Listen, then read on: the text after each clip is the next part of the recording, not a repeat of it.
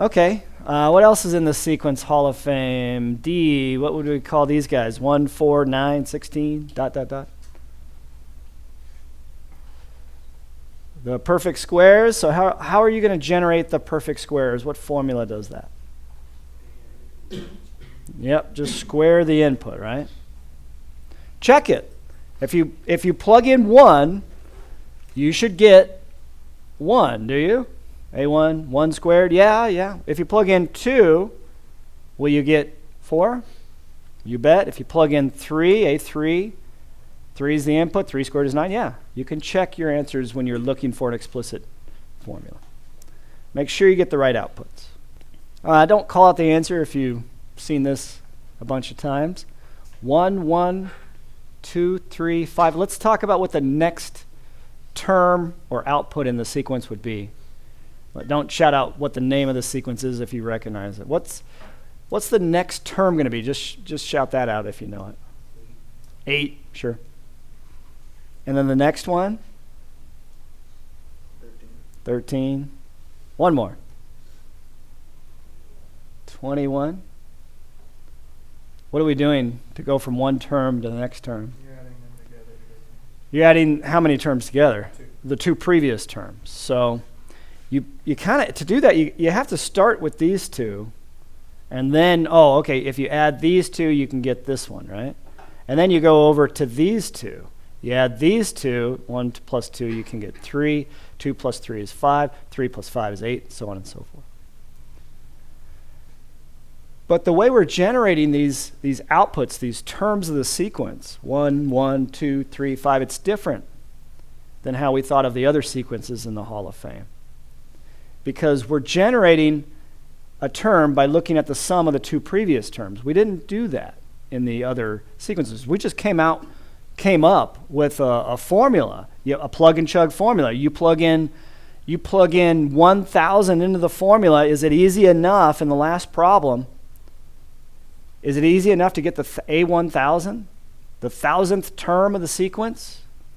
Yeah, you take 1,000, you square it. That's the 1,000th term. Now, the formula we've developed here for generating a term is different. Do you see if we wanted the 1,000th term here, what would we need to add together to get the 1,000th term? The 999th term and the 998th term, but to get those terms, what do we have to do? Yeah, add the terms that come before. You have to add, you have to know all the terms that come before the 1,000th term to get the 1,000th term. That's kind of a bummer if you're looking for a high-valued term or a term that's way down the list.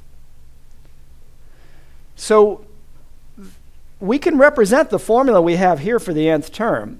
I'm going to use F instead of A for a good reason, which I'll tell you in a second.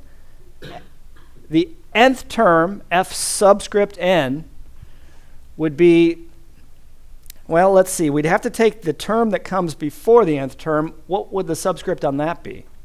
If you're dealing with the nth term, n is some counting number, then it would be n minus 1 on the subscript. That fn minus 1 would represent the term that comes before fn. And then what term comes before fn minus 1? Fn minus 2, because you have to subtract another 1 from that bottom exponent on the n minus 1. Well, okay. So that's a nice formula. I mean, it's easy enough to conceive of. It's just not what I would call the type of formula we had above. In all of the examples above, we had this plug and chug type of formula. You want the millionth term, plug in a million, square it, you got it. So I would call this an explicit formula.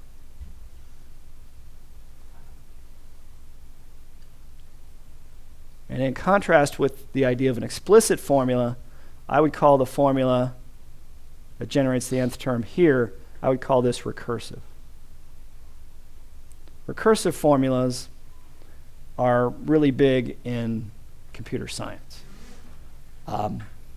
because they're easy to work with, right? And they're easy to program. It would be super easy to program a computer to generate the nth term of the sequence, right? And it could do it a lot faster than you. So does this sequence have an explicit formula? Yeah, but it's really a lot more difficult to come up with than in the previous example. What's the F stand for in this sequence? Anybody remember? Fibonacci, yeah. It's a famous sequence that appears in nature a lot. These are all these outputs of the sequence, 1, 1, 2, 3, 5, 8, 13, 21. They're called Fibonacci numbers. They occur in nature a lot. If you look at the petals on a daisy, they are often Fibonacci numbers. The last thing I'll mention is, have you ever heard of the golden ratio? The golden ratio, the Greeks used it a lot in their architecture. If you have like a rectangle with long side A, short side B, then supposedly it's very pleasing to the eye if you take A divided by B, and you get a number that's close to, I think, 1.61 something. And that's called the golden ratio. Turns out if you take successive ratios of the terms in the Fibonacci sequence, they approach the golden ratio. So like if you take 5/3, and then you look at that ratio, and you take then 5, let's say 8/5. These are successive ratios of these numbers, 5/3 and then 8/5, and then you take 13/8. These numbers will approach the golden ratio. And so there's all kinds of mysteries as to why that's happening. So all kinds of cool stuff with the Fibonacci sequence, which unfortunately we don't have time to talk about here. But if you're interested, type in Fibonacci sequence on Google, and you'll see a lot. Just Google image it, and you'll see all the images that go with this sequence of numbers. Okay. Oh yeah, here we go. Fibonaccios.